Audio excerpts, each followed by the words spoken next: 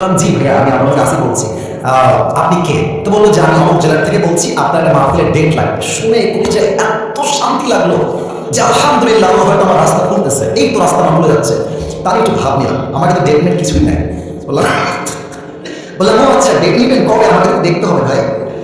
তো বলছে যে ভাই, ডেটটা আমরা 2 মাস পরে নিব, যদি আপনি ডেট দেন তাহলে আমরা। ও তো ভাবছে মাশাআল্লাহ, মিলিয়ন মিলিয়ন ভিউ, এ তো অনেক বড় বক্তা হবে রে ভাই। তো আমি একটু ভাবতে বললাম ঠিক আছে, আমি ডায়েরি দেখে আপনাকে বলছি। আমার ডায়েরি ডেটই নাই। তো যাই হোক, পরে সে বললো যে ভাই ডেট কি আছে, ডেট কি হবে? আমি নিজেই, আমার তো ডেট লাগবে রে ভাই। আমি কল দিয়ে বললাম ভাই হ্যাঁ, অমুক তারিখের ডেট হতে পারে, আপনি ডেটটা নেবেন? তো বলছে অবশ্যই নিব। তো বলছে যে ভাই আপনার হাদিয়া কত? আমি তো জীবনে হাদিয়াই নিই না, আমি কত বলবো? এখন বলছি যে ভাইয়া, হাদিয়া আসলে বলা যাবে না, আপনি বলেন যে আপনি আমাকে কত দিবেন। তো আমার বেতন কিন্তু ভাই মাত্র 3,000 টাকা, এবং 3,000 টাকা এত কম আমার জন্য, বাইকের তেল ভরতে আমার 3,000 টাকা শেষ হয়ে যায়, খাবো কি আর করবো কি? তো আমার ভাই বলছে যে আপনি একটু বললে আমার জন্য খুব ভালো হয়। আমি বললাম যে আপনাদের